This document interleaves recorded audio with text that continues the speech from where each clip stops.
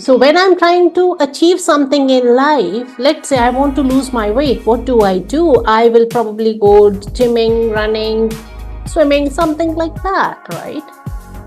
But what if the divine spark came in was having some issues in it? How are you going to solve those out?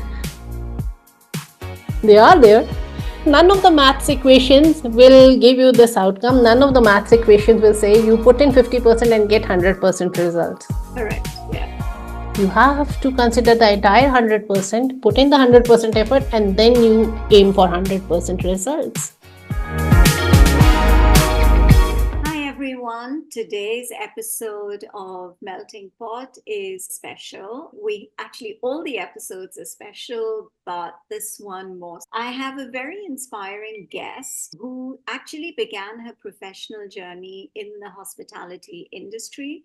She was working with global chains and she was literally traveling the world. And she had about 20 years of experience where she was serving humanity in a corporate setting until she discovered a deeper calling that would transform both her career and her purpose. Through divine guidance and a passion for healing, she transitioned from hospitality to becoming a healer, a coach, integrating various modalities to help clients achieve balance and success. Thank you so much, Nadia, for joining me today. Thank you so much, Payal, for inviting me over. I'm overly joyed to join you on this conversation today. Great. I'm looking forward to it as well. Nadia, you have had a 22-year experience in hospitality before you transitioned into healing and coaching. So, what was the turning point that actually made you realize that this shift was necessary for you? I'll start from the very beginning. I had a deep yearning to serve humanity. At a very young age, it surfaced for me. But how to start, where to start, my younger mind could not comprehend. So I started looking for options in the places where I can serve humanity. And hospitality came up as a profession to me. And I jumped onto it and I was so happy to get onto this profession. I have given 22 years of service in the hospitality industry working around EU. But in the process, then there was this yearning. I had already got myself into the service industry, so I should be settled by now. Much later, I started realizing something was missing. My service was not healing people, it was more of a leisure place. People were coming in and being served, having a good time, and they were just leaving. And this realization pushed me to find my answers. So, as several gurus they came across, several masters they came across, they crossed my paths and they started slowly pushing me towards the healing journey. I commenced my healing journey in the year 2004. That is again 20 years ago. It started for me. In those days, I was young, naive, and I did not know what this all these healing modalities, because if you go back to those years 20 years ago, it was not that much spoken about. Yeah. So, but nevertheless, I started practicing healing modalities here and there within my job frame. So I was offering healing sessions to within my teammates or my friends or my family, not going beyond. The true transition was brought in by COVID. Where were you during COVID? During COVID, I was in London. So that time when COVID happened, I was like in a shock seeing so many people I had worked with, they started dropping them off for valid reasons. The hotel could not pay them the money out again and again. And nevertheless, I was not one of the person who was chopped off from the list. I voluntarily knew that probably this is a time for me to make this shift and get into that healing space. So 2020 March, I started it full time. Now I'm a full time practitioner. Although I have a 20-year experience, but I had a parallel job going along with it. This is when it happened to me. Okay. Wow. Yeah. I think COVID got a lot of people to rethink and Mhm. reevaluate their lives because when you're confined and then that's when you start to reflect. And that's when a lot of realization actually happens. And I can say the same for me, because I had started working on my podcasts, but I hadn't really pushed them out. And when I was confined in Singapore, that's where I was during COVID. The first, whatever, as soon as Singapore allowed travel, I was out. But until then, and I utilized my time to push out my podcasts. And I think that that journey actually began for me as well, realistically, during COVID. Yeah, no, I completely get that. You work with clients on multiple levels, from physical health to spiritual journeys. What is your approach in integrating these different modalities into your sessions? Just if you could take us through. Okay, along my journey, if I will say, I have realized this is my limit because I'm a mindset coach as well, and I'm a global meditation coach as well. So I help people embark on the journey, and this meditation coaching I've been doing for 18 years. So through the life course of life, I started realizing that humans are like layered beings. There's so many layers to humans. So we have got this in physical, taking an example of the physical layer. Although I'm just Nadia, but am I just Nadia? There is so much in the physical layer itself, the skin, muscle, tendons, ligaments, tissues, whatnot. Yeah. So likewise, when we work with the people under the modality, we are very considerate of these layers. Now, I have spoken only about the physical layers as of now. But if you go to complete human being, there are four primary layers which are existence in human beings. One is physical, mental, emotional, and spiritual. Right? The difference with the regular healing modality and this one is that we work through the layers. Whenever an issue surfaces, we don't know whether it is starting from the physical layer, it is starting from the mental layer, emotional, or spiritual. So when we are working with the people, we are working through these layers and trying to pinpoint which layer is compromised, and that is creating the problem. So this is how we integrate all of the four layers and we take up in an individual as a holistic being. Just giving you an example. We say that if you don't let go of things, you develop a lot many abdominal issues. Could be as something like constipation or having a bloated tummy. You have to let go, and it takes a step further. Even gallstones, they develop if you are in the habit of not letting go. To a medical fraternity, gallstones are stones, they are just sitting there. To a medical fraternity, it is constipation just sitting there, coming back again and again. But to a spiritual mind or a holistic healer, it is more of a problem with not letting go of things, brooding over things over and over again and again. So that is how, when we deal with clients, we are looking at them as a complete being and we work through these layers, trying to find which layer needs to be worked upon. Yeah. And typically, how long does that take, the process? Each issue is different. Sometimes we are ourselves, we get surprised. You get a response, it's so quick. So because the people, we don't know what you have created, how much time have you taken in creating something. If something is created, let's say 10, 12, 20 years, it will take time. Of course, yeah, yeah. So it depends on how much time you have lived with that condition for you to be healed of that condition. You've emphasized a lot on unlearning as part of the process. So, can you explain why unlearning is so important? In fact, why is it as important as learning on the path to empowerment and to healing? So I read once a book, maybe it's a very popular book, maybe you know of it. If no, then I'll request you all to read it. It is called Biology of Belief by Dr. Bruce Lipton. Okay.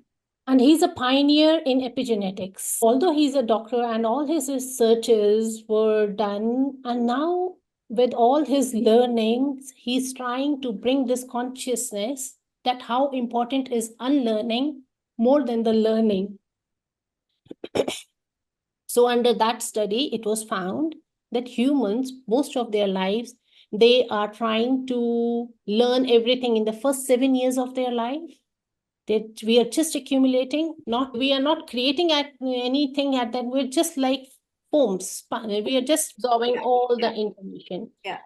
And surprisingly enough, the study finds the rest of the life is an outplay of all these things, behavioral patterns, whatever, emotional First expression. 7 years. From the Yeah, first 7 years. Oh, first 7 years, we are just learning, absorbing, and rest of the life is just an outplay of whatever we have learned in those 7 years. Now, if I may say that maybe the programs are obsolete, maybe yeah. we can just take an example. And most of us, we are running on automation. So if you may ask me as a human being, what do I do? I have a set routine. I will wake up in the morning. I'll have my coffee. I'll go to the washroom, do my things, get ready. So we are running on automation. How much of the life are we consciously creating? So if I am doing something, if I am working with the healer, healing people, so constantly I'm coming back again and again, doing the same thing over and over. So our life is constantly on a replay. So how much room do you have for learning something new or consciously creating? If I may ask people to go back a week and see, have they done anything different in any of the days? Probably they say, yeah, one day we went out for a movie, or maybe another day we went out for a walk on the beach. That's it. So most of the life is a replay. Unlearning becomes important because if I'm replaying everything again and again, how do I expect to see a different outcome? It's not possible for you to have an outcome which is different to what you did yesterday. So hence, and also this thing that we have picked up all these programs in the younger years is very key, because many times we see through the client that client, without consciously involving in it, they have an emotional expression similar to their parents. For example, anger. So how to express an anger? They have picked it up from their past generation, and It's essentially the environment as well, right? it is the environment. You absorb from. Yeah. Yes. Yeah. So when we come to the consciousness, this expression of anger is not giving me the positive results. How do you help your clients develop a holistic mindset that actually empowers them to navigate these challenges? It could be personal challenges, it could be challenges that they face in their professional lives. So how do you actually help them? Okay, so as I said that humans are layered beings, there are Yeah. several layers to us. So when we are working through the layers, we have realized each client coming to us is with a different challenge. Some people, they are financially so accomplished, they have it all, yet they don't have peace of mind. So when people, they come to us, so we see through what is the right point to start. For someone else, I might have to start from past life, because I'm a past life reader as well. Many people, they get confused with the past life term. I'll tell you the reason why. Because yesterday was a past life to me, no? That it's logical that past life is before you came into this life. Okay. So Yeah. that is absolutely explaining the basics. Yes. Yeah, okay, I get it. Okay. When I tell them I'm a past life reader, they get into, oh my God, she's going to tell me I was a king, I was a queen, nothing doing. This is your life and you have a past life. So under that, then we have to see at which point are you creating this problem, or probably it is picked up from your environment. So in the current times, we come across people who are holding and hosting a lot of trauma in their life. So they are insecure as young humans for whatever reasons. But there is a point where you have to outgrow as an adult as well. Now the onus for the same person as me is on me, not on my parents. Correct. Yeah. So we go through, there is a deep analysis that is done, and then we reach a point that this is where we are going to start. But honestly speaking, as of now, we are getting more and more of people who are starting from the mindset because of something beautiful that we have created, and it is called internet. And not all the information that you find on the internet is accurate in the first place. So you need to also, as a consumer, be able to have a logical mind that tells you that no, this may not be correct, and this information probably I need to delve deeper into so that I have that I'm absolutely sure that this is accurate information. So yeah, so then it's like a over absorption of information, partly correct, partly not correct. So how are you able to actually distinguish between the two? We, people like you and me, we are of an age where when internet was not that much prevalent. Yeah. So in a way, it was a blessing. We were limited in the information exposure we had. For that reason, current times, we are getting a lot many people who start with mindsets shifting only. There are two types of mindset. One is growth and one is locked. So how do you help clients actually navigate resistance or fear when they're faced with a profound internal change during the healing process? Because when someone comes to you, they come to you as A. But when they work with you and they go through the healing process with you, there could be changes that they are probably fearful of, or they could be changes that they are resisting. So, how do you actually work through that? Different people, they come in with different blocks and challenges. This is one of my recent cases. So we do an information sheet before you get onto this journey. Under different modalities, this was one of the past life sheet. And she did not give me the entire information. Probably out of 100%, she gave me 30%. So there was fear. There was a lot of fear with trauma, which she did not want to face. And she did not want to heal it because it was it was ingrained so much, it left her incapacitated. So this is one of the recent examples. Yes, people do come to us when they're holding a lot of fear, and the fear could be of anything. How did you help overcome it? Yeah, as I was saying that we have to take an integrated approach. Firstly, they have to be moved into that space of, I will say, it's a very safe space. So they know, they understand. It's a lot of consultations that goes in. We do a lot of talking, a lot of counseling, make them feel that, okay, this, you can have an expression here, right?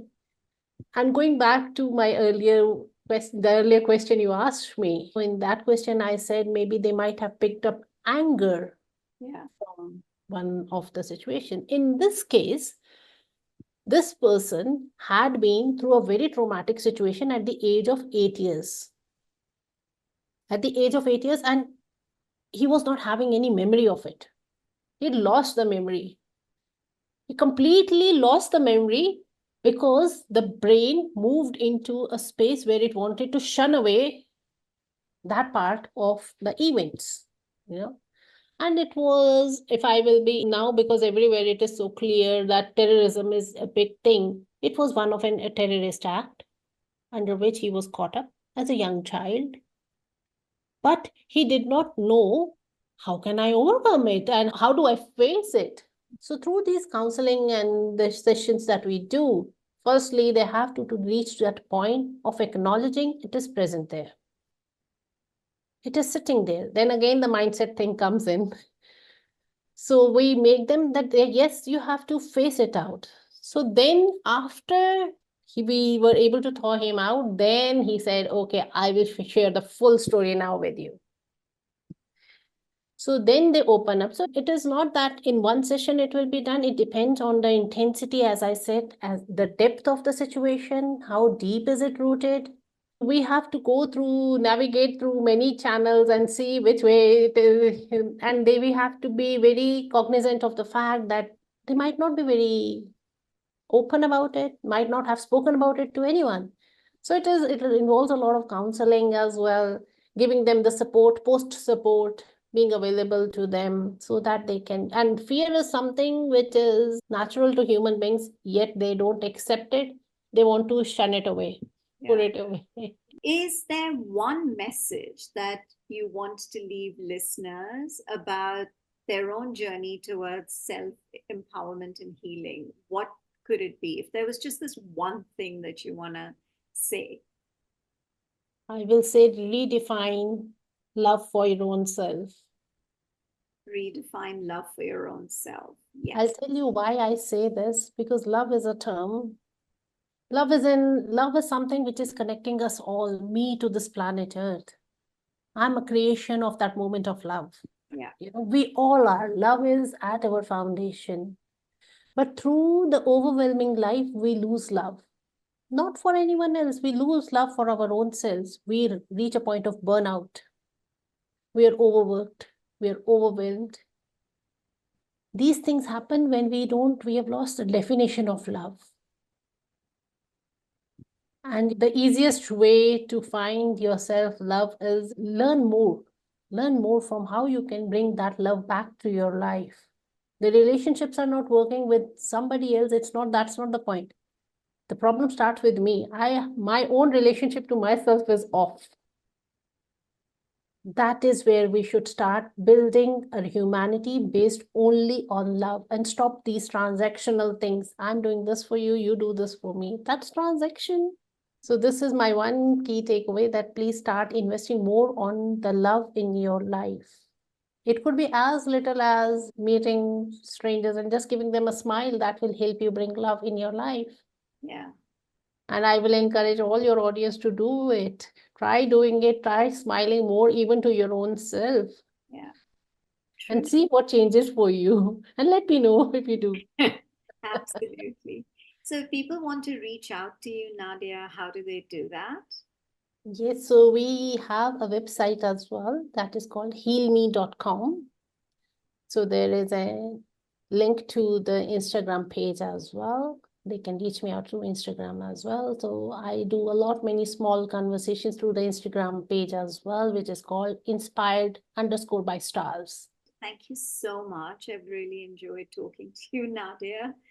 It's been a very enlightening conversation with you, and the way I have taken it, I'm sure most of my listeners and viewers will also feel the same way. So, thank you so much. Appreciate all that you're doing.